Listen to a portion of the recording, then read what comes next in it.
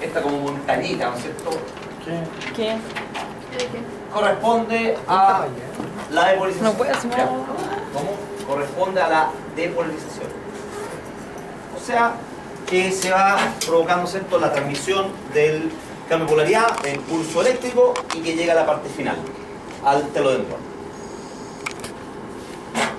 Ahora, ocurren eventos específicos. Por ejemplo, cuando está llegando a la parte final del telodendrón, la actividad eléctrica provoca, entre otros efectos, que ingrese calcio.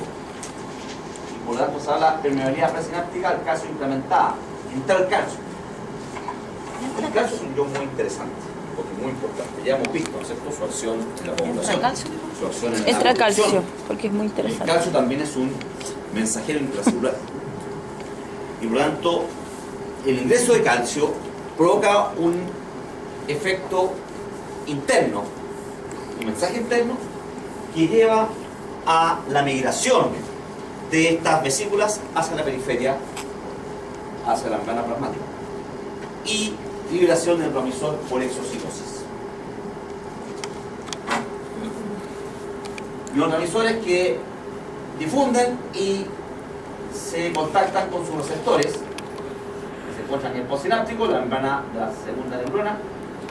Ahora, no solamente tenemos que pensar que también esto ocurre con la neurona, sino que también tenemos que pensar que esto eventualmente puede ocurrir con un efector, por ejemplo con un músculo, con una glándula, como lo vimos en el caso del músculo, ¿cierto?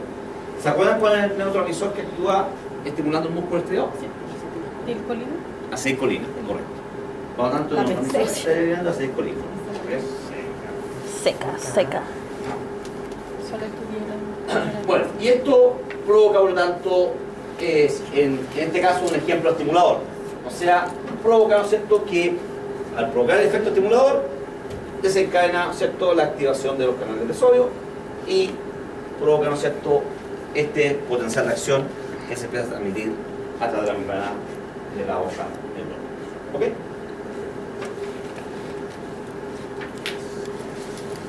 Bueno, ahí tenemos mayor complejidad en cuanto a la sinapsis por, ¿no es cierto?, la dirección del neurotransmisor y participación de canales iónicos, e incluso, ¿cierto?, con la activación de otros o participación de otros mensajeros y de componentes agregados como, por ejemplo, neurona facilitadora. Neurona facilitadora se refiere a que ayuda a la liberación de neurotransmisor. Y tenemos, por ejemplo, otro mensajero intracelular que corresponde al AMP cíclico. Profe, disculpe, ¿la neurona facilitadora ayuda a la otra neurona? Claro, a esta neurona Ya. a la liberación de neurotransmisor. Y por ejemplo, otro mensajero intracelular que participa también en la actividad de liberación de neurotransmisores corresponde a la AMP cíclico. Junto con, ¿no es cierto?, el calcio que ya hablamos anteriormente.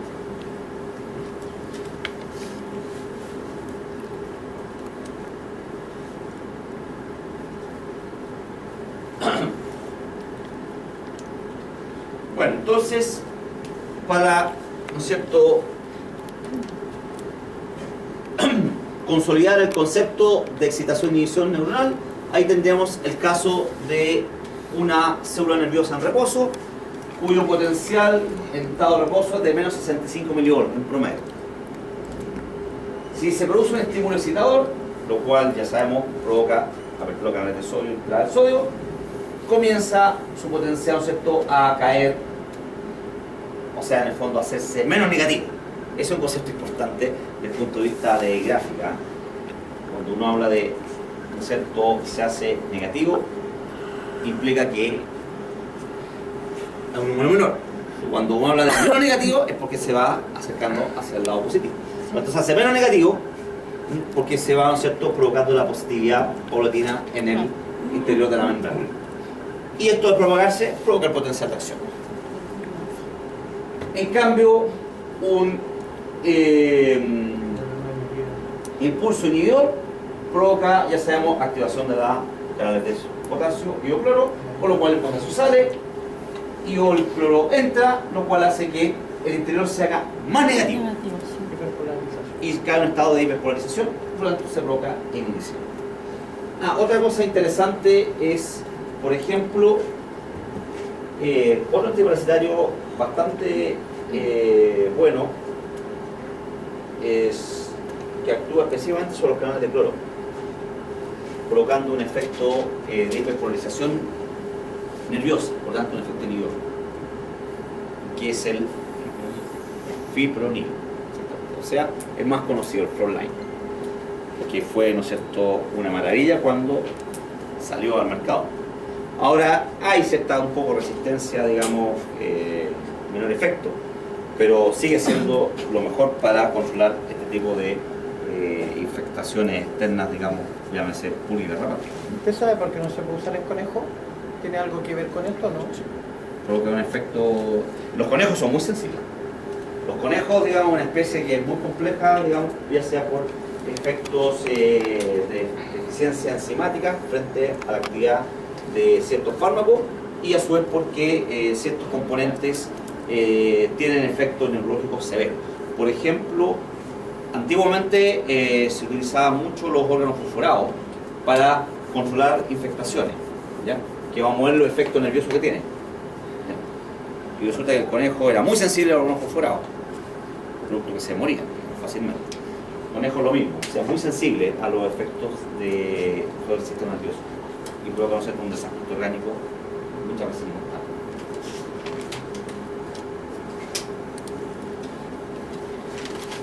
Bueno, ahora, como les dije, entrar a analizar un sistema nervioso es complejo y poder separar su funcionamiento y su estructuración tampoco es sencillo. Esta es la separación más simple que uno puede realizar para poder abordar el análisis más focalizado del sistema nervioso dentro de su conjunto. Y hablamos de un sistema nervioso central y un sistema nervioso periférico. A su vez, la actividad del sistema nervioso periférico va a contener una acción voluntaria, consciente, y una acción involuntaria, inconsciente, autónoma. Nosotros nos vamos a buscar a esto, análisis de esto. Esta es la actividad, ¿no es cierto?, que está asociada a la regulación de las funciones vitales, orgánicas, ¿ya?, al funcionamiento orgánico, ¿ya? Es lo que en el fondo nos mantiene vivos, ¿ya?, nos mantiene vivos, nos mantiene en homeostasis. Pero a pesar de ello, no podemos separar totalmente de la actividad voluntaria en muchas acciones. No podemos hacer una acción, ¿no es cierto?, de separación tajante, porque algunos componentes voluntarios pueden utilizarse en forma involuntaria, como a su vez el componente voluntario puede tener cierta acción sobre lo involuntario. Me explico, por ejemplo. La actividad muscular estriada es de origen voluntario. Uno se mueve, uno se desplaza voluntariamente y por lo tanto dando información, ¿cierto?, hacia el músculo estriado mediante, ya sabemos, liberación de acetilcolina y provocando la contracción, que en este caso, en mi caso, ¿no es cierto?, puede pasar para allá y para acá y mantenerlo más o menos activo. ¿Ok? Pero resulta de que, ¿qué ocurre cuando hace mucho frío? Uno tirita. Y tirita voluntariamente. Quizás en este estado previo, sí, lo hace voluntariamente. Por ejemplo, cuando uno hace frío, empieza, que se frío, tengo frío, ¿no es cierto? Y uno hace así. ¿Y por qué es así? Porque uno, ¿no es cierto?, se empieza a generar calor. ¿Y por qué se genera calor? Porque provoca contracción muscular estriada, que sabemos que genera calor. Pero ya cuando el frío está muy intenso, ya no tenemos una actividad, ¿no es cierto?, voluntaria sino que tiritamos, ¿cierto? Y hay contracciones musculares intensas, ¿cierto?, focalizadas, que llegan a estos temblores. Y eso ya es involuntario. ¿Y por qué? Porque resulta que la homeostasis del plano muscular está tan alterada que necesita, por ejemplo, generar calor. Y eso manda señales autónomas para que el músculo estriado empiece a contraerse, ¿cierto?, intensamente, ¿no es cierto?, y no caer en estado convulsivo como tal, pero sí tiritones. ¿Ya? Porque el estado convulsivo es otra cosa, digamos, asociada a la actividad muscular y nerviosa. ¿Ok? Otro ejemplo. Ustedes respiran. Todos respiramos. ¿Y pensamos respirar? Se regula en forma Voluntario. Pero resulta que voluntariamente podemos modificar la respiración. Podemos contenerla. Punto 3 humedades, sin respirar, sin pestañear. ¿Y qué ocurre? Continuamente a medida que pasa el tiempo empezamos a poner rojo, o rojo, un poquito ya morado, y no resistimos más, y tenemos que respirar. ¿Y cómo respirar? Intensamente. ¿Por qué? Porque provocamos un desajuste orgánico que hace que el sistema autónomo involuntario, que es controlador, dice no, esta oportunidad está alterada, así que tengo que empezar a estimular la ventilación. Por otro lado, podemos hiperventilar. ¿Cuándo uno hiperventila? ¿Se acuerdan qué cosas han hiperventilado? Ya sea voluntariamente o a veces no tan voluntariamente, por ejemplo, como puede ocurrir un estado neurológico particular, por ejemplo, frente a un susto, frente a un estado de histeria. Ahí se puede hiperventilar, estado emocional. Esta también se puede por una hiperventilación. Pero hablemos ahora del punto de vista directamente voluntario. ¿Cuándo uno ha hiperventilado voluntariamente? ¿Se acuerdan? Cuando uno ha querido meterse bajo el agua y durar más tiempo. ¿Quién no lo ha hecho? No lo ha hecho, se ha perdido ante la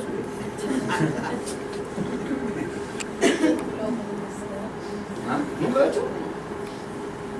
Cuando uno competía con un hermano, con un primo, no sé, con un amigo, de repente, ya, ¿quién te toma bajo el agua? ¿Qué es lo que hacía normalmente uno hacía? Y duraba más tiempo. ¿No hacemos? ¿Qué está provocando uno? ¿No está hiperventilando? ¿Ah? Ya, pero por otro lado, otra cosa más. Está sacando muchos ácidos. ¿Cuál? Por lo tanto, uno provoca una caída importante en el suelo. Provoca, por tanto, un estado acuérdense de alcalosis. Acuérdense de la ecuación Henderson-Hasselbalch. Cuando el CO2 baja, ¿cierto? El pH sube, o sea, se hace alcalino. Alcalino. El CO2 es ácido, entonces uno lo está eliminando. Entonces yo provoco un estado de alcalinización respiratoria. Provoco una alcalosis respiratoria rápida. Me meto bajo el agua. Dejo respirar. ¿Qué empieza a ocurrir? El CO2 empieza a aumentar. Lógicamente asociado con menor nivel de oxígeno. La actividad, ¿no es cierto?, celular empieza a hacer con deficiencia de oxígeno. Y el CO2 no se puede eliminar, no se elimina y empieza a aumentar y provoca un estado de oxígeno. Y ahí de repente ya no aguantamos más y ahí tiene que provocar hiperventilar. Por lo tanto, ¿qué es lo que se está censando? ¿Qué es lo que se está monitoreando? El nivel de gases, el nivel de oxígeno en el CO2 y la consecuencia de ambos, que son el nivel de pH. Profe, es por eso que dicen que cuando uno anda como hiperventilado o hiperventila mucho tiene que respirar como en una bolsa de... Claro, una forma. Para regular... Exactamente, una forma, por ejemplo, lo hacen los individuos que caen en estado de histeria. Cuando explicó el tema del calor. Claro, una forma, ¿no es cierto? Bueno, de diferentes maneras. Uno, digamos, es la típica cacharada, como hacerlo reaccionar, ¿cierto? Y provocar... baja el pH. No, la otra posibilidad es cuando ya el individuo está en estado, ¿cierto? Normalmente esto se ve y hacerlo respirar, y eso lo tranquiliza. Porque al contrario, mientras mayor ventilación se provoca un mayor estado neurológico de hiperactividad y puede caer finalmente en un estado de desmayo. Ahora, ¿por qué? ¿Por qué cae en un estado de desmayo? ¿Por una sobreoxigenación o una cosa así? No, porque baja mucho el CO2 y eso provoca que la circulación cerebral, ¿no es cierto?, baje en oxígeno y baje ¿no es cierto?, en nutrición. ¿Ya? Y por lo tanto el sistema neurológico se desconecta desde el punto de vista central superior, se desconecta al medio que lo rodea, o sea que no está en conciencia. Profesor, ¿pero por qué baja el oxígeno a nivel cerebral si estamos haciendo ingresar más oxígeno? Porque la circulación que llega, porque se provoca un efecto vasodilatador muy importante y por lo tanto al vasodilatar la presión de llegar al cerebro disminuye. Profe, ¿y esa gente que practica actividad que baja la profundidad del mar, cómo no les da una acidosis respiratoria? Les da. ¿Sí?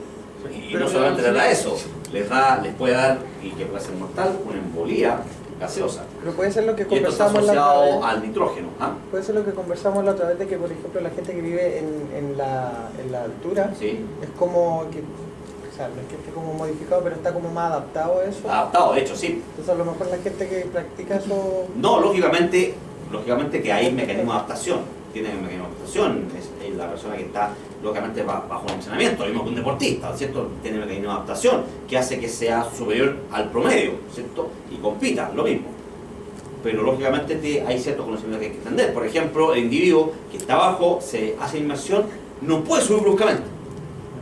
Porque si lo hace, luego una descompresión y a nivel sanguíneo se pierde la solubilidad del nitrógeno y se forman emboloas gaseosas de nitrógeno, lo cual es dolor, provoca un dolor intenso y puede ser mortal.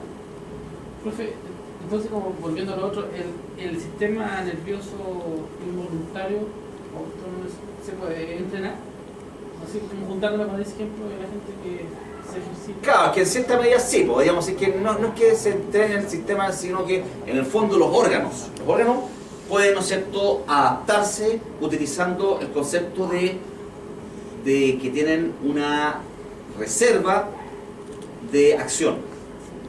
Y cuando están con mayor demanda, empiezan a acceder a esa reserva de acción. Ahora, no solamente pensemos en el órgano, sino que pensemos en la estructura corporal general. Por ejemplo, ¿no es cierto?, los individuos los deportistas, ¿no es cierto?, adquieren una mayor capacidad torácica, ¿no es cierto?, tanto para una mayor ventilación, por lo tanto, mover un flujo de aire mayor que el promedio, y a su vez un corazón más grande, ¿cierto?, cosa de provocar una mayor irrigación. Y eso es tanto, ¿cierto?, morfológico general como funcionamiento orgánico particular. ¿Ya? Bueno, y vamos a ver que esta porción autónoma corresponde a la actividad de dos sistemas o subsistemas que actúan en forma sinérgica para la regulación orgánica, que son el sistema simpático y parasimpático. Ya vamos a entrar en esta base. Primero, analicemos esto. El sistema nervioso central corresponde a estos tres componentes: sector superior, cerebro superior, que es el más complejo que existe, y es, ¿no es cierto?, el componente o la estructura más compleja, ¿no es cierto?, representada en el ser humano. Sector medio, cerebro medio, y sector espinal o medio espinal. Cerebro superior es el encargado de conectar al individuo con su entorno. Ahora, la conexión con su entorno, todos tienen conexión, pero el ser humano tiene una conexión más compleja aún. ¿Por qué? Porque el ser humano tiene una conexión no solamente en base al presente, sino que también en base a experiencias pasadas. Quizás no vivías, pero sí, por ejemplo, obtenías por información. Puede proyectarse al futuro, lo cual no tiene muchas veces. Se ubica la memoria, concepto muy importante. Por ejemplo, ¿no es cierto?, de repente llega un perrito a consulta y no quiere entrar y hace toda una situación, ¿no es cierto?, compleja. ¿Y por qué? Porque es probable que haya tenido un trauma, ¿cierto?, de, por ejemplo, en una clínica, en el sentido de que llegó, ¿no es cierto?, y tuvo que ser hospitalizado producto de un traumatismo, una lesión, una enfermedad, etc. Y quedó, ¿no es cierto?, con un grado de memoria frente a una situación que no le gustó. Y cuando vuelve a la situación, lógicamente su memoria lo hace reaccionar de esa manera. Y eso es su contacto con el medio externo. Ubicación de la corteza visual, auditiva, equilibrio, olfato, gusto, etc. O sea, la conexión, ¿no es cierto?, que tenemos y que tienen los animales con todo el entorno, ¿cierto?, mediante las, ¿no es cierto?, la luminosidad, la onda luminosa, y de esa manera pueden, ¿no es cierto?, obtener una información que en el cerebro se transforma en, ¿no es cierto?, una imagen tridimensional. ¿Ya? Auditiva. Y fíjense cómo esto se conecta. Memoria, por ejemplo, que uno, ¿no es cierto?, al ver a una persona que ya la conoce, ya sabe quién es. Pero si ve a una persona y no sabe quién es, no lo conoce. ¿Cierto? Por ejemplo, a veces, no sé si a ustedes lo ocurren, de repente uno ve a una persona y dice, esta persona la conozco, pasando la vida. Sí. Y después empieza a hacer Pasa memoria, todos pues, los días. al final el cajero que una vez me atendió en el banco, por ejemplo. ¿Se dan cuenta? Pero usted está pensando en la memoria. Les quedó la memoria. Quedó, ¿no es cierto? Y en base a una conexión del momento, puede, ¿no es cierto?, integrar. La gente cambia con ropa. Hice un comando. Se forma. Por ejemplo, el otro día mostramos el caso de un niñito, digamos, una guagua, de que le mostraron un pedazo de torta, o sea, una torta. Y visualmente, para el niño la torta no era nada casi, en ese momento, porque no la conocía. Pero resulta que le dieron a probar, le gustó y empezó a comer. Entonces ahí se analiza la memoria con respecto a lo que está contactando directamente. Que indudablemente si esa guagua le muestra una mamadera, al tiro se activa, ¿no es cierto? ¿Por qué? Sí, Porque se ponen ya como funciona, loquitos. ¿cierto? Con algo que le gusta. Se desesperan ya. Bueno, auditivo, ¿no es cierto? Como, ¿no es cierto? No, mira, Las ¿qué ondas crees? sonoras se pueden llevar, ¿no es cierto?, a integrar y de esa manera incluso, ¿no es cierto?, integración para poder, ¿no es cierto?, discernir y en este caso los sonidos, ¿no es cierto?, llevarlo a un lenguaje y entender, ¿no es cierto?, un lenguaje particular. Bueno, equilibrio, olfato, gusto, etcétera, o sea, todos los, ¿no es cierto?, los sentidos en general, ¿no es cierto?, que nos conectan con el medio interno. Sector medio, cerebro medio, esto corresponde al componente que conecta al individuo con su medio interno, o sea, que conecta al individuo con todo su funcionamiento orgánico. Y esto es lo que nosotros vamos a entrar a estudiar, puesto que aquí es donde se encuentra, ¿no es cierto?, la integración, o sea, el procesamiento del funcionamiento orgánico y el funcionamiento de la vida. Entonces, como les dije, yo, por ejemplo, mediante el cerebro superior, yo puedo decir, voy a dejar de respirar. Pero no me voy a morir por dejar de respirar. ¿Cierto? ¿Por qué? Porque resulta que este componente es el que está regulando el funcionamiento orgánico. Y cuando, producto de una actividad superior, provoca un desequilibrio, este es el que va a predominar. Y va, ¿no es cierto?, a ajustar todas las acciones, ¿no es cierto?, fisiológicas para que se logre, ¿no es cierto?, restablecer y mantener el equilibrio. Y aquí donde se encuentra, por ejemplo, el centro cardiocirculador o cardioinhibidor, o sea, el que estimula y aumenta la actividad cardíaca o el que baja la actividad cardíaca, el que regula la respiración, que regula sensaciones primitivas o de deseos que van de la mano con la acción mecánica, el hambre, que es equivalente a la sed, que es un deseo intrínseco, neurológico, pero por sí solo no sirve nada. ¿Qué sirve tener sed? ¿Y qué sirve tener hambre? Si no logramos obtener alimentos, si no logramos obtener agua. Porque el hambre está asociada indudablemente a la necesidad de nutrientes. Y la sed está asociada a la necesidad de ingresar agua y de equilibrar, ¿no es cierto?, la relación de agua con soluble. Y por lo tanto, eso lleva al efecto mecánico. ¿Se dan cuenta? Bueno, acciones específicas como por ejemplo el vómito, el miedo, el placer, sexualidad, etc. Funciones vitales. Algunas acciones integradas a este nivel pueden tener una conexión bastante directa con el cerebro superior, como vimos en el caso respiratorio, pero otras un poco más aisladas. Por ejemplo, la actividad cardíaca. Uno directamente le puede decir al corazón, oye, late más rápido, late más lento. No. Tiene una separación, eso sí, mayor. Hay personas que tienen la capacidad de bajar los latidos. Ahora sí, ahí podría ser, pero enfocado a qué? A que la persona mediante meditación, ¿no es cierto?, baja la actividad metabólica. Le baja la actividad metabólica, la actividad cardíaca también disminuye. Y disminuye un poquito más de lo normal. Podría ser, sí. ¿Ya? Ahí hay cierta conexión, ¿cierto?, mediante un manejo neurológico particular. Pero no tan directo como, por ejemplo, con respecto a la actividad respiratoria. ¿Cierto? Bueno, el sector espinal, la médula espinal está relacionada, bueno, primero tenemos que considerarla como lo que conecta el sistema nervioso central con el sistema periférico. Voy a tratar esto para entender un poco más. ¿Conecta qué dijo, perdón? Lo que conecta, lo que es un verdadero, ¿no es cierto?, Porque conecta el sistema puente nervioso de central conexión con el periférico. entre el sistema nervioso central y periférico. Ahora, a su vez, a nivel espinal tenemos la regulación de actividades reflejas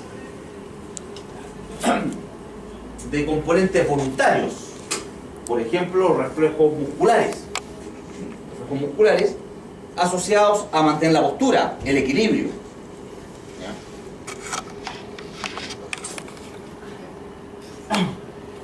Y por lo tanto, debemos considerar lo siguiente. De este sistema central vamos a tener, ¿no es cierto?, una serie de neuronas que están fuera de ella y que corresponde al sistema nervioso periférico. Este sistema nervioso periférico tiene dos grandes funciones. Uno, mandar información externa, llámese del ambiente externo, o información interna, orgánica, hacia el sistema nervioso central.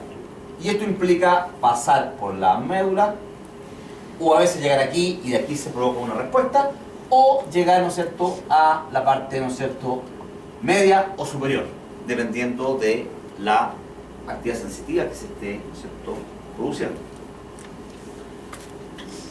Y eso corresponde al sistema nervioso periférico sensitivo. Sistema nervioso periférico sensitivo. Y a su vez, información ya sea voluntaria superior. Por ejemplo, me quiero desplazar para allá. ¿Qué implica? Mandar señales que pasan por aquí, pasan por acá y posteriormente van para acá, hacia la periferia. Por ejemplo, hacia los músculos, para provocar el movimiento. Y eso corresponde al sistema nervioso periférico motor. Ahora, no solamente pensemos en los movimientos, sino que también información fundamentalmente de aquí, del cerebro medio, hacia estructuras orgánicas internas, funcionamiento orgánico. Por ejemplo, el corazón. ¿Es como el encargado de transportar todos los impulsos? La médula espinal tiene como esa función general, sí, pero a su vez también aquí van a haber actividades neurológicas importantes de regulación. Por ejemplo, refleja. Como vamos luego. A diferentes niveles. Entonces, por eso es lo que hablábamos anteriormente. Cuando un individuo tiene una lesión acá, total, pum, de aquí abajo, solo. Cuando tiene una lesión aquí, de aquí abajo, solo. En cambio, esto, ¿cierto?, tiene una conexión voluntaria e involuntaria. En cambio aquí, ¿cierto?, puede mantener una conexión involuntaria, dependiendo de las acciones que se requieren. Por ejemplo, actividad motriz, estamos sonados. ¿Por qué? Porque es voluntario, por lo tanto tiene que nacer aquí, llegar acá y de aquí llegar hacia, por ejemplo, los músculos de la extremidad inferior. Por lo tanto, hay una parálisis. Pero sin embargo, por ejemplo, acciones autónomas, como mover, por ejemplo, la actividad de defecación, la actividad de micción. Vamos a ver que esa actividad tiene un componente involuntario y un componente voluntario. Y cuando se desconecta producto de una lesión medular, producto de una atropello, por ejemplo, el componente voluntario se pierde. Por lo tanto, el control voluntario de estas funciones básicas de emisión y defecación se pierde. Y queda solamente abocado al control involuntario. Y por eso que el individuo, en cualquier parte, se va a hacer, ya sea micción o defecación, producto de que voluntariamente no puede, regular esa actividad. ¿Me cuenta? Entonces, eso es lo que debemos entender. Entonces, esta es la gran división, ¿cierto? Sistema nervioso central y sistema nervioso periférico.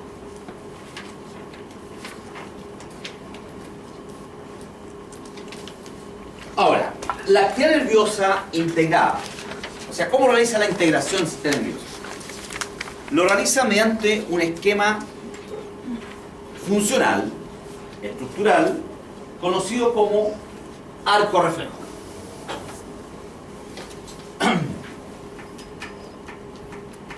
Y el arco reflejo corresponde a la constitución de los siguientes componentes. Receptor. El receptor corresponde a Células nerviosas especializadas que captan un cambio. Eso es un receptor. Entonces tenemos primer componente, receptor. Entonces captan un cambio. Vamos a ver que ese cambio puede ser externo o interno.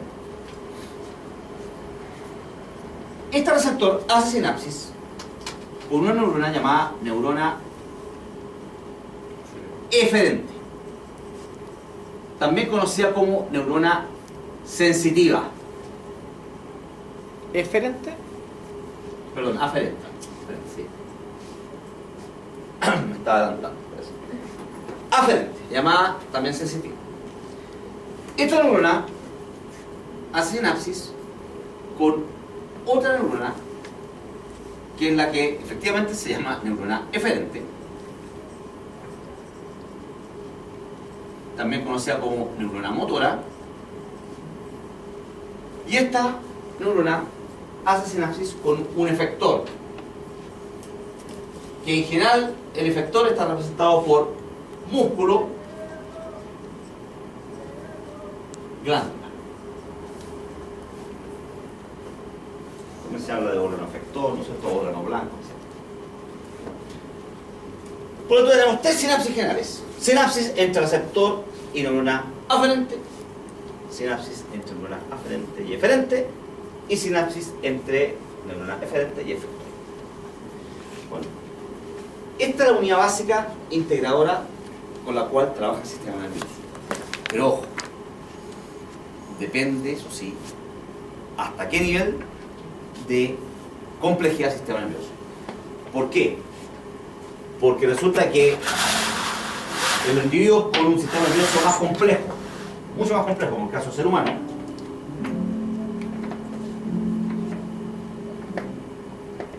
el cerebro superior, el sector superior, va a escapar a esta integración básica. Va a ser mucho más complejo y que mucho también se reconoce. Por lo tanto, de aquí para abajo, la integración se basa en el esquema funcional con esos componentes. Es lo que se conoce, o más adelante vamos a entender como el concepto instintivo, instinto, digamos, como tal, ¿no? Cierta acción. Bueno, esta integración funcional puede ser sencilla Esa música. y corresponde al llamado arco reflejo monosináptico. El arco reflejo monosináptico fundamentalmente que tenemos acá, que corresponde a una sinapsis sencilla entre neurona aferente y eferente. En cambio, la integración puede ser mucho más compleja. Y esa integración más compleja corresponde al arco reflejo polisináptico. Y el arco reflejo polisináptico es aquel que presenta una o más interneuronas interpuestas entre neurona aferente y eferente. Uno o más interneuronas. ¿Para qué sirve? Vamos a ver. ¿Cómo relacionamos esta estructuración, ¿no es cierto?, de integración general del sistema nervioso en relación con nuestra distribución general del sistema nervioso central y sistema nervioso periférico? Receptor y neurona sensitiva aferente corresponde al sistema nervioso periférico sensitivo.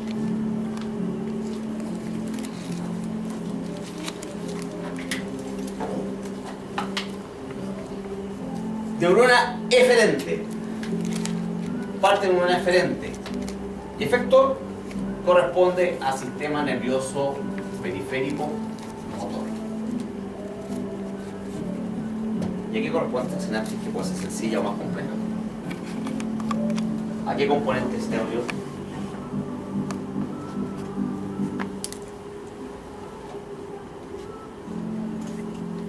¿El autónomo?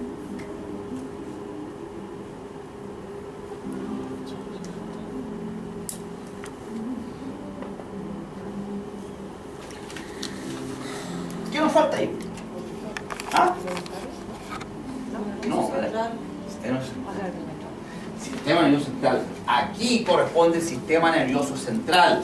Llámese, que puede ser médula espinal, puede ser cerebro medio.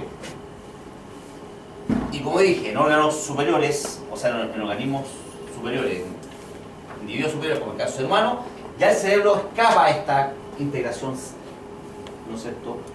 Es mucho más compleja. Mucho más compleja. Porque una integración tan compleja que lleva al ser humano, como ya dije, en base a experiencias previas y al presente, proyectarse al futuro. Y eso es lo que ha hecho ser la especie más exitosa. Entre comillas, más exitosa en el sentido porque la, ¿no es cierto?, ha poblado y ha dominado todo lo demás especies. Pero con todas las complicaciones que llevan, ¿cierto?, a su vez tener un sistema nervioso tan complejo. Profesor, disculpe, ahí cuando usted incluye el sistema nervioso central, ¿viene a ser polisináptico?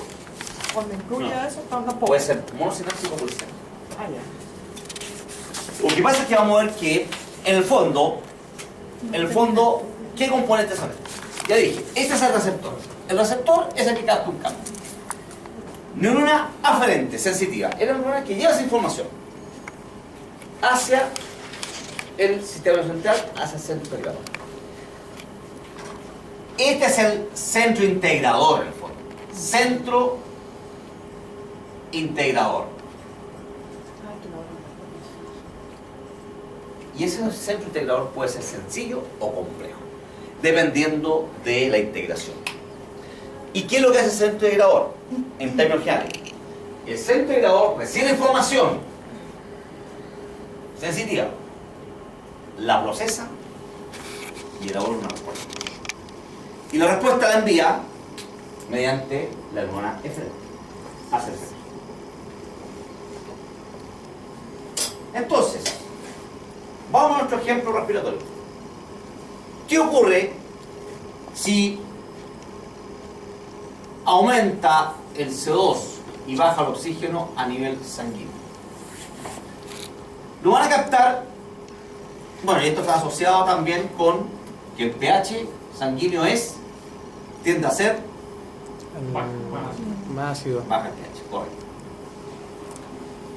Esas tres condiciones son sensadas por receptores especializados que se encuentran en los grandes vasos, que se conocen como quimioreceptores. Ahora, hay diferentes grados de importancia en intensidad y se ha demostrado que el más importante estimulador de la ventilación es el CO2. Por eso que se asocia de forma más directa hacia él. Entonces, ¿qué ocurre cuando se dan estas condiciones? Los receptores mandan información vía aferente al centro integrador. Entonces el centro integrador recibe la información y dice, el CO2 está alto, el oxígeno está bajo y el pH está ácido. ¿Qué es lo que hace? Manda una respuesta efectora para que ventiles. Y eso lo vamos a armar antes. Entonces la ventilación implica que va a actuar sobre los músculos respiratorios. Y esos son los efectores. Y se va a provocar la ventilación. Y mediante esa ventilación, que en este caso va a ser aumentada, se va a eliminar más rápidamente el CO2 y por lo tanto el CO2 va a tender a bajar. Y el oxígeno va a empezar a aumentar y el pH va a empezar a aumentar para llegar a los niveles.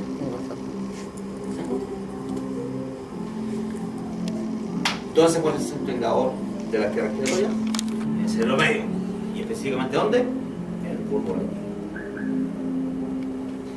Entonces, el bulbo raquídeo es fundamental, entre otras funciones, tiene varias funciones integradoras en la respiración. Y delante estaba hablando de anestesia, por ejemplo.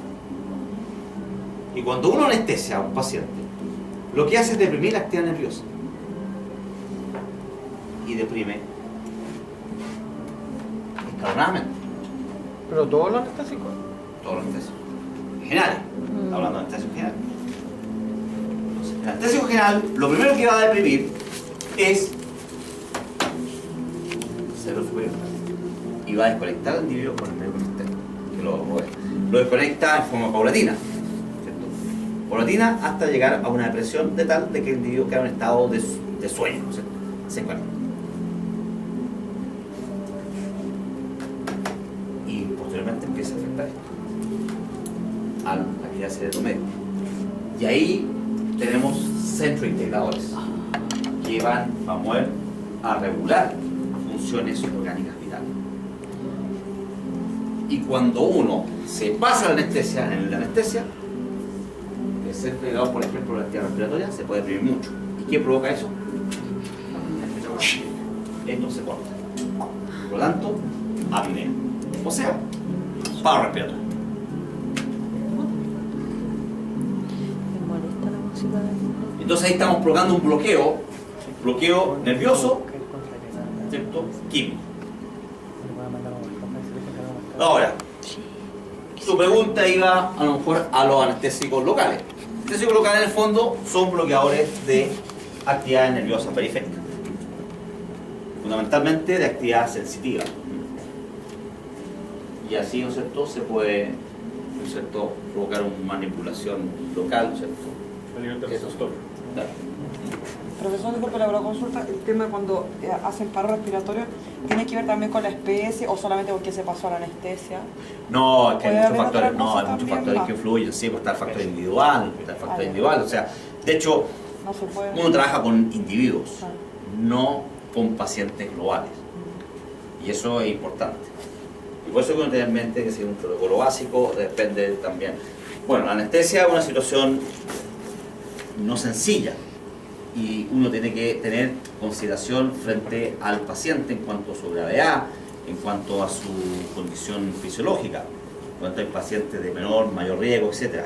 Por factor edad, el factor de posición orgánica, patología asociada, etc. O sea, hay muchos factores que influyen. Y dentro de todo eso también está el factor individual. O sea, por ejemplo, a veces individuos que están totalmente sanos, ¿no? Y otros que reaccionan en forma inadecuada. ¿Ya? Y esto está dentro de la biología. Como ocurre, por ejemplo, con algunos exámenes. Algunos exámenes, por ejemplo, que requieren elementos de contraste. Y resulta de que, a pesar de ello, ya en la medicina humana se pone el parche de artillería. ¿Y qué es lo que hacen? Antihistamínico. Firmar. No hacen firmar. Ah, no, se llama. Ah, sí. Porque si llega a haber un accidente, está dentro de los accidentes que ocurren. ¿Ya? Por ejemplo, un examen que es bastante importante en algunos casos, pero riesgoso. Es una angiografía cerebral. Peligroso, riesgoso. Pero hay muchas veces que hacerlo. Me subió la presión. Y por ejemplo, a mi señor tuvieron que hacerle dos exámenes que son muy peligrosos. Uno, angiografía, y otro, un estudio sanguíneo cercano a la hipófisis. Esos dos exámenes, para esos dos tuve que firmar, porque los dos eran riesgosos. Y por lo tanto podía, y me lo hicieron leer, podía provocarse un accidente vascular cerebral y chao, hasta ahí no me llegaba. Pero resulta que había que hacerlo. Y tuve que asumir. ¿Te digo? Entonces son situaciones que uno debe considerar. ¿Ok? Profesor, respecto del sector espinal, ¿no lo ha visto todavía? ¿Sistema piramidal? ¿O lo vio con otro nombre? Claro, lo que es el sistema piramidal corresponde a una estructura, ¿no es cierto?, neurológica de neuronas que están asociadas a la actividad de movimientos voluntarios, del movimiento voluntario. ¿Ya? Eso se refiere. Y ahí donde está, por ejemplo, el componente de transmitir la información superior hacia la movilidad de las extremidades, ¿cierto? Por otro lado está una actividad que está, como se habla, como externa, que está más asociada a algo voluntario, pero de connotación más involuntaria, que sería la mantención de la postura. Es decir, por ejemplo, uno se mantiene de pie, pero resulta de que no está pensando hoy tengo que estar así para no caerme, sino que hay una conexión nerviosa que está integrada fundamentalmente en el sistema de la espinal, que te mantiene, ¿no es cierto?, la posición de la postura. ¿Qué se llama extrapiramidal? Porque no Es viene que, del cerebro. antiguamente se hablaba, digamos, de una estructuración atómica que ya poco está usando, que se hablaba, ¿no es cierto?, de como una pirámide donde estaba el componente voluntario dentro de la pirámide y fuera de la pirámide el componente involuntario. Pero todo esto está bastante conectado, digamos, como digo, respecto a la actividad. Y a su vez, a nivel espinal, es donde hay una actividad refleja muy interesante, asociada, por ejemplo, también a mantener la postura, mantener, ¿no es cierto?, una condición corporal en un momento determinado. Por ejemplo, cuando uno está caminando y de repente, ¡pum!, se encuentra y no se da cuenta con, ¿cierto?, una baldosa más alta que otra y se pega un salto. Si uno tiene buenos reflejos, puede ajustarse y no se cae. Cuando uno tiene a esa alteración neurológica y actividad muscular no tan adecuada y malos reflejos, se saca la mugre. Está Eso curado. asociado a una actividad rápida que ocurre a nivel de motor espinal, fundamentalmente, de ajustar todas las líneas de fuerza, cosa de evitar, ¿no es cierto?, la caída como tal. Entonces eso corresponde, como No se dije, fue. al componente fundamental. Profesor, ¿el centro integrador siempre está en el bulbo raquídeo o No. solamente el sistema respiratorio se encuentra ahí? El centro integrador puede estar en el sistema central, por lo tanto, a cualquier nivel de acá, dependiendo de dónde se realiza la integración. El respiratorio Claro. está en el bulbo raquídeo, pero hay otros que están en otro lugar. Claro, en otros lugares, digamos. ¿Cómo tal? Profe, en lo que tiene que ver con el arco reflejo, estaba hablando antes el monosináptico y el polisináptico. El monosináptico fue el esquema simple que hizo ahí. Claro. ¿cierto?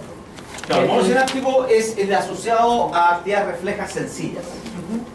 O sea, está el... Por lo tanto, un centro integrador sencillo. Claro, pero está el receptor, después viene la neurona eferente, hay una sinapsis con la neurona eferente y va al efector, ¿cierto? Sí, Ya. Y el polisimpático, Polisináptico. eso, sináptico, eso, que no me entendía la ley. Dice que hay una o más interneuronas, Sí. Interpuestas. ya, entre la neurona eferente y la eferente. O sea, en vez de haber una sinapsis ahí, pueden haber varias. Muchas clases. Y por lo tanto ahí hay hay una conexión muy compleja y por lo tanto una integración mucho más compleja. Y eso implica que la respuesta, ¿no es cierto?, o más dicho, la actividad refleja es mucho más compleja. No me entendía la letra. ¿Ya? Miren, aquí tenemos un ejemplo. Un ejemplo que podamos darle connotación involuntaria y voluntaria en cierto ejemplo. Mira, Por ejemplo, lo voluntario sería, ¿no es cierto?, ponerse a jugar con la velita, ¿no es cierto?, y pasar el dedo cada vez más lento. si yo. ¿Ok? Pero resulta que, y aquí podemos dar connotaciones también, ¿no es cierto?, desde el punto de vista protectivo. Individuo se quema. Por lo tanto, receptores de dolor, ¿no es cierto?, de dolor producto de daño, de temperatura, ¿no es cierto?, elevada, de dolor, mandan información, los receptores mandan información vía aferente. ¿Dónde se produce la integración? Integración sencilla. Medio espinal. Este es el esquema medio espinal.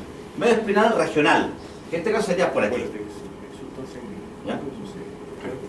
Y rápidamente la integración implica que manda una respuesta efectora. ¿Hacia dónde? En este caso, en particular el músculo bíceps, para retirar la mano. Y de esa manera, ¿no es cierto?, que el individuo no se dañe. O se dañe poco, porque a lo mejor porque se haya dañado. Entonces, a lo mejor se como una ampolla, ¿no es cierto?, ya, secundario. Veamos el punto de vista involuntario. Por ejemplo, de repente cuando uno no se da cuenta y de repente toca algo caliente, ¿sí? Claro, a veces después se demora fracciones de segundos, ¿cierto? Llegan a cero superior y provocar, ¿no es cierto?, una respuesta que es más compleja. ¿Por qué? Porque implica mandar información hacia la boca, hacia los músculos de la y provocar todo un vocifereo y las truchas correspondientes.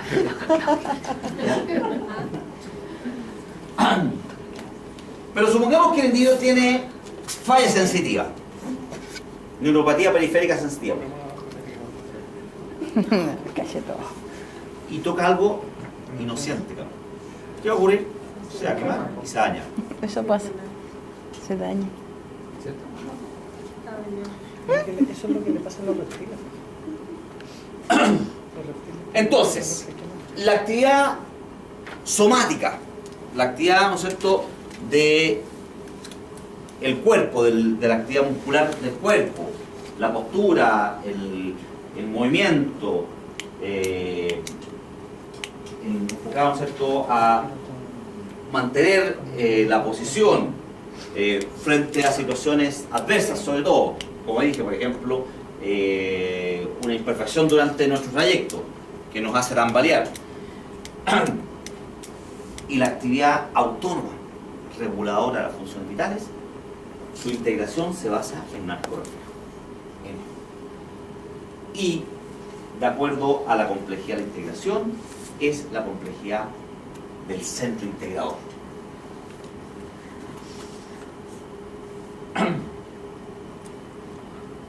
Entonces vamos a tener centros integradores sencillos y otros de mayor complejidad. La licor. Y entremos por tanto ahora de lleno a nuestro sistema La nervioso licor autónomo. que cambia el teléfono. Sistema nervioso autónomo, que ya vimos que es una parte, ¿no es cierto?, estratificada, anatómica funcional, ya un poquito ¿cierto?, convencional de separarlo, corresponde al sistema encargado del funcionamiento visceral. Por lo tanto, órganos vitales, funcionamiento del sistema orgánico. Y este está conectado con el sector medio, cerebro medio. ¿Y conectado a través de qué? A través de la médula espinal. Porque no se puede saltar la médula espinal, ¿cierto? A través, ¿no es cierto?, de las conexiones y pasa por la médula espinal. Esto implica que la información de estas vísceras van a ser llevadas por la vía sensitiva hacia, ¿cierto?, sistema nervioso central. Si se encuentra, ¿no es cierto?, en la médula espinal, la respuesta es en la médula espinal, como integración. Pero si la integración es más compleja, y en este caso conectado con el cerebro medio, implica que tiene que pasar la información por la médula espinal y llegar al cerebro medio. El cerebro medio va a tener una integración compleja. Ya sabiendo que el cerebro medio es más compleja, muchas más conexiones. Y este va a dar una respuesta. Y la respuesta vía eferente. Eso implica que va a pasar por la médula espinal, va a salir por el sector periférico motor y va a actuar, ¿cierto?, sobre un efector, como la placa. Y estos dos sistemas, o dos subsistemas, actúan en forma sinérgica. Y esto lo recalco, ¿por qué? Porque muchas acciones son antagónicas. Pero no podemos quedar con el concepto de que es un sistema antagónico. Porque no todas las funciones son antagónicas. El concepto es que es un sistema sinérgico, complementario en la regulación. Y está conformado por estos dos componentes que tienen la siguiente denominación: sistema simpático, sistema parasimpático. Primero quedémonos con esa denominación. Esto implica que, por lo tanto, este sistema nervioso autónomo va a tener componentes representados por receptores. Receptores especiales que se encuentran a nivel de vísceras. Receptores, por ejemplo, de osmolaridad, receptores de presión, receptores químicos, etc. Una gran variedad de receptores. Estos, por lo tanto, están respondiendo frente a cambios del medio interno, como estamos viendo. O sea, frente a cambios de la homeostasis. ¿Ya? Y envían vía fibras aferentes esa información al sistema nervioso central. Y tenemos esto, las estructuras simpáticas y parasimpáticas. Llega a nuestro sistema central, a los centros integradores. ¿Y qué hacen los centros integradores? Envían una respuesta efectuada. Y aquí tenemos la estructuración efectora del sistema nervioso simpático. Efectora simpática. ¿Qué vemos? Una gran variedad de funciones orgánicas. Actividad respiratoria, óculo-nasal, ¿no es cierto?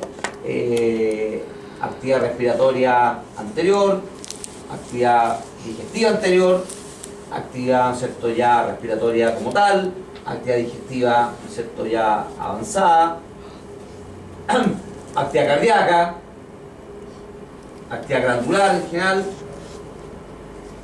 y actividad digestiva posterior, actividad renal, actividad de estructuras autónomas como, ¿cierto?, las gónadas, estructuras reproductivas como el útero, próstata, etc. Vejiga, etc. ¿Cierto? Una gran variedad de funciones. Y aquí se muestra la vía efectora, o sea, estoy viendo esto, de aquí para acá. O sea, cómo se da la información motora, efectora. ¿Y qué podemos decir? Que los nervios efectores emergen de la zona torácica y lumbar. De ahí emergen los nervios efectores. Y es por ello que el sistema nervioso simpático se conoce como, desde el punto de vista anatómico, toracolumbar. Por favor, memoria fotográfica.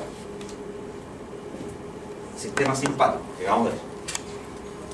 Voy a mostrar ahora el sistema parasimpático. ¿Se dan cuenta? Las mismas funciones. Las mismas funciones, ¿no es cierto?, también van a ser reguladas por este subsistema. ¿Y qué vemos desde el punto de vista efector? Que los nervios efectores nacen de la zona craneal y de la zona sacral. De ahí emergen los nervios efectores. Es por ello que desde el punto de vista anatómico, el sistema parasimpático se conoce como cráneo sacral. Cráneo sacral.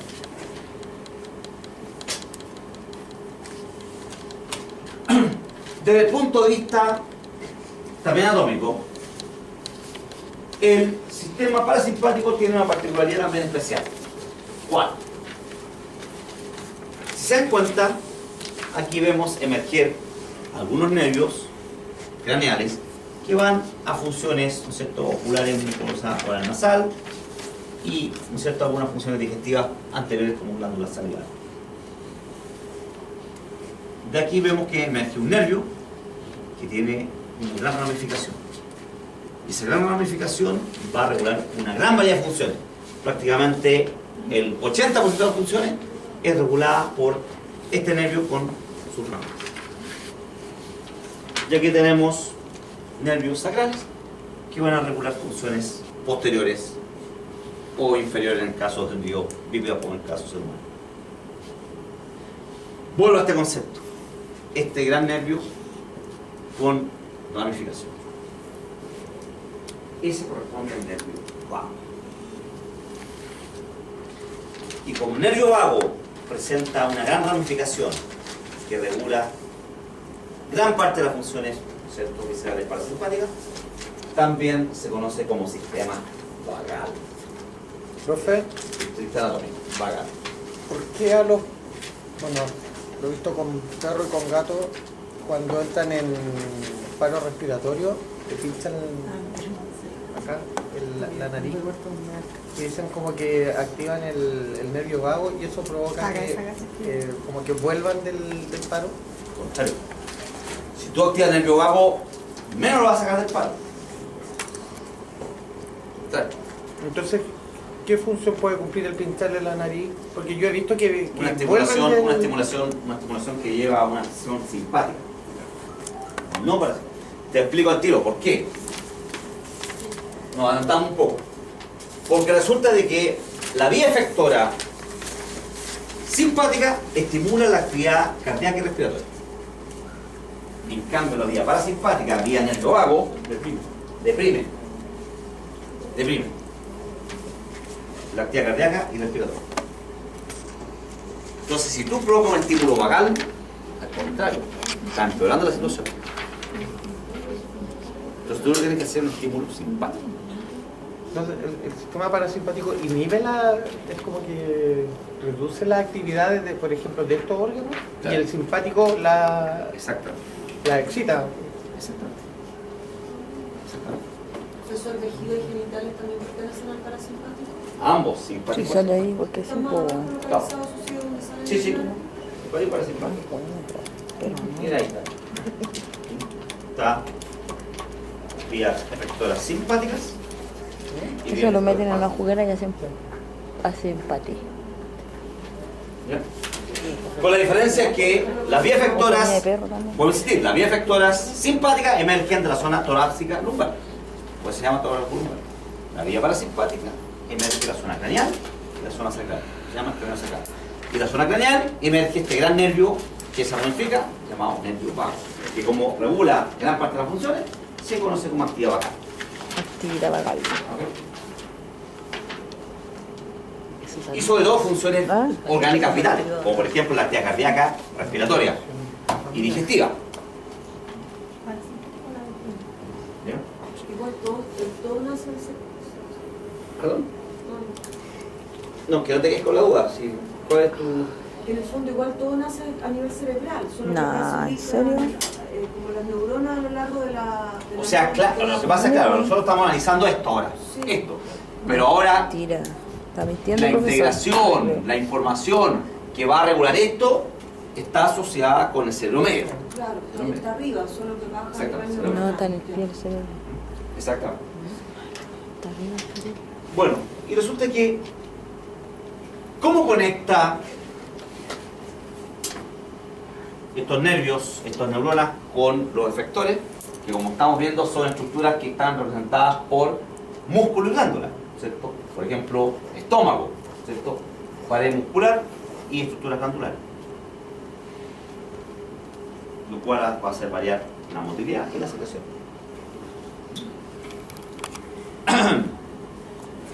Corazón, ¿cierto? Actividad muscular. Por lo tanto, aumentar la contracción. Y vamos a ver que eso no implica solamente actividad sobre músculo, sino también actividad sobre actividad nerviosa, que es la que estimula el músculo cardíaco. Es un efecto neuromuscular. Claro. Entonces, ¿cómo conectan? Llegan estas neuronas acá. ¿Pero cómo conectan? Es decir, aquí, ¿cómo conectan? Con los neurotransmisores. Con los neurotransmisores. Lo cual implica, ¿no es cierto?, que, ¿cierto?, esta célula muscular, glándula, va a tener, ¿no es cierto?, receptores. Receptores específicos. Y aquí vamos a tener, ¿no es cierto?, la terminación nerviosa, por ejemplo. Efector. Entonces aquí tendríamos el efector. Nervio efector. Y este va a liberar, ¿no es cierto?, neurotransmisor. Neurotransmisor que va a ir sobre un receptor de membrana de este efector. Puede ser muscular solamente. Bueno, resulta que la neurotransmisión efectora del sistema simpático corresponde a las catecolaminas. ¿Cómo dijo? Caticolani. Ay, La transmisión química efectora del sistema simpático corresponde a las catecolaminas, que son representadas por la más conocida, adrenalina,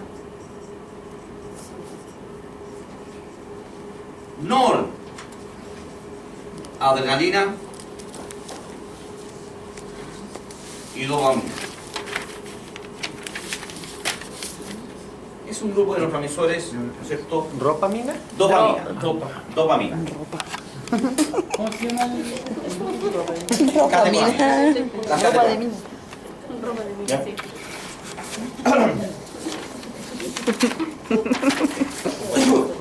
En cambio, como el principal representante de esta neurotransmisión corresponde a la adrenalina, el sistema nervioso simpático se conoce como sistema adrenérgico. Perfecto. Entonces, este sería el sistema nervioso autónomo simpático. ¿Qué ocurre con el sistema nervioso autónomo parasimpático? La transmisión química efectora, por tanto, el neurotransmisor que actúa, ¿no es cierto?, en la actividad parasimpática, corresponde a la acetilcolina. ¿Sí? El mismo neurotransmisor que hablamos ayer en el proyecto. Acetilcolina. La acetilcolina se conoce como neurotransmisor colinérgico. Colinérgico. Neurotransmisor colinérgico. Y es por eso que el sistema nervioso autónomo parasimpático se conoce como sistema colinérgico. Y ahí tenemos esto, Colinérgico. ahí tenemos la conexión de sinónimo de los diferentes denominaciones. O sea, profesor, en reposo debiera bajar la acetilcolina entonces. Si es sinérgico. Y en reposo lo vamos a ver en la próxima clase. Chan, chan. ¿Terminado? Lo vamos a ver en la próxima clase. Un último concepto. Último concepto. Para dejarlo por la bala pasada para que estudien en la clase. Si se dan cuenta, en ambos sistemas, tanto la vía simpática como la vía parasimpática efectora, ¿ya? Tanto la vía simpática efectora como la vía parasimpática efectora, de un número más o menos resumido, claro, bastante pequeño o reducido, número reducido de neuronas, se regula una gran variedad de funciones. ¿Quién nos dice esto? Que la respuesta efectora, tanto simpática como parasimpática, difunde a una gran variedad de funciones.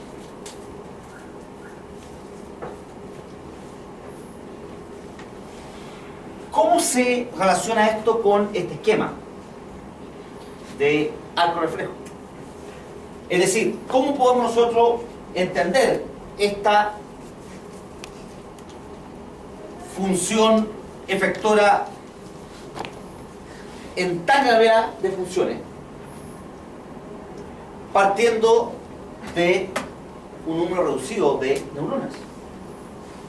¿Cómo se podría entender? En ese caso, ¿el simpático? En ambos, simpático y parasimpático.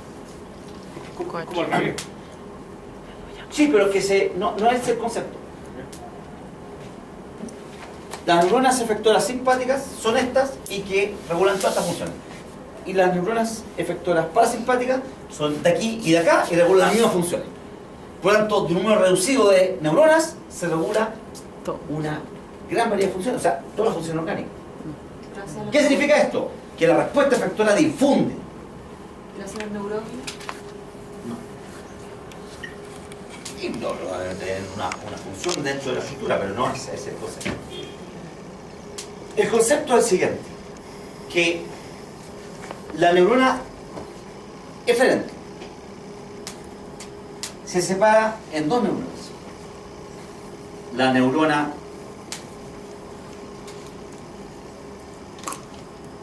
preganglionar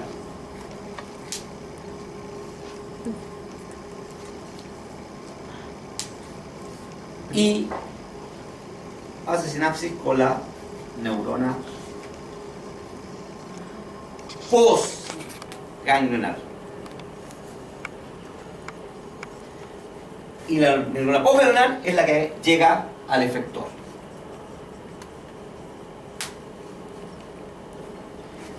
Concepto. El cuerpo soma de la neurona preganglionar, que como dije, forma parte inicial de la neurona deferente, se va a encontrar dentro del centro integrador. O sea, perdón, dentro del sistema nervioso central. Dentro del sistema nervioso central. Conectando con el centro integrador.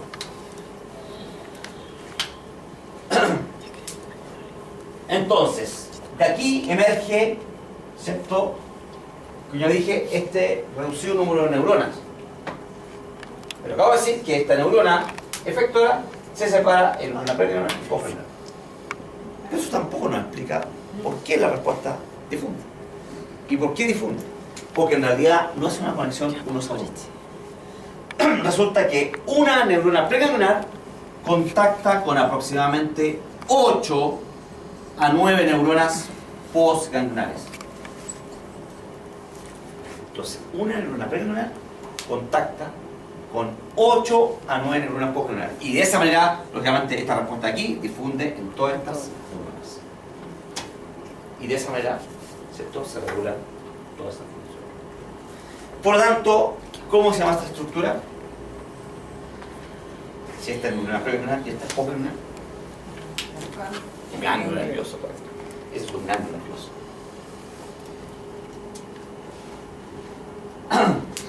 El último concepto, para hacerlo interesante. Me queda un minuto, puede ser. Resulta que Sí, ganglio nervioso. resulta que existe una estructura especializada llamada médula adenal. La médula adenal corresponde, escuchen bien, la médula adenal corresponde a un conjunto de cuerpos o somas de neuronas postganglionares simpáticas que perdieron sus axones. ¿De neuronas cuánto dijo? Postganglionares simpáticas Que perdieron sus que perdieron sus axones.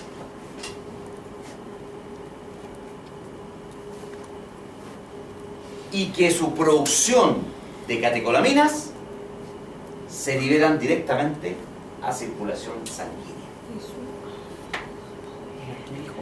A Se circulación liberan sanguínea. directamente a circulación sanguínea.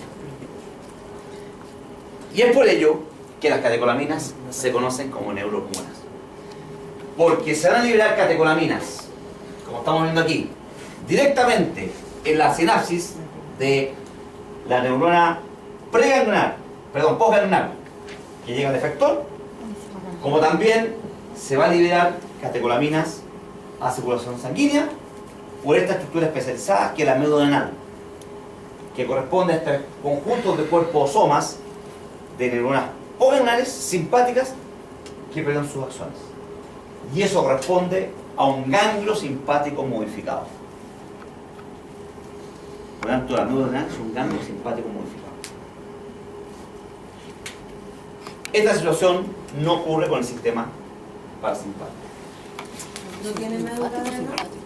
No, la médula adenal solamente esa estructura. Y los corticoides son los que la estimulan, ¿no es cierto? Para que se produzca esa liberación. No. ¿Por qué se le ha escrito médula adenal? No. Para su estimulación lo estimula una neurona preganglionar. La neurona preganglionar llega a esta Estaba sinapsis. pestañeando. Y durante una actividad simpática que llegue aquí, efectuada, va a provocar liberación de catecolaminas. Y vuelvo al concepto final. El parasimpático no actúa a nivel sanguíneo, es decir, la acetilcolina solo se libera por terminaciones nerviosas postganglionares que llegan a los efectores. Por lo tanto, no vamos a encontrar acetilcolina en la sangre, pero sí vamos a encontrar catecolaminas en la sangre. Catecolamina y acetilcolina. Es una diferencia fundamental que queda esbozado para la próxima clase.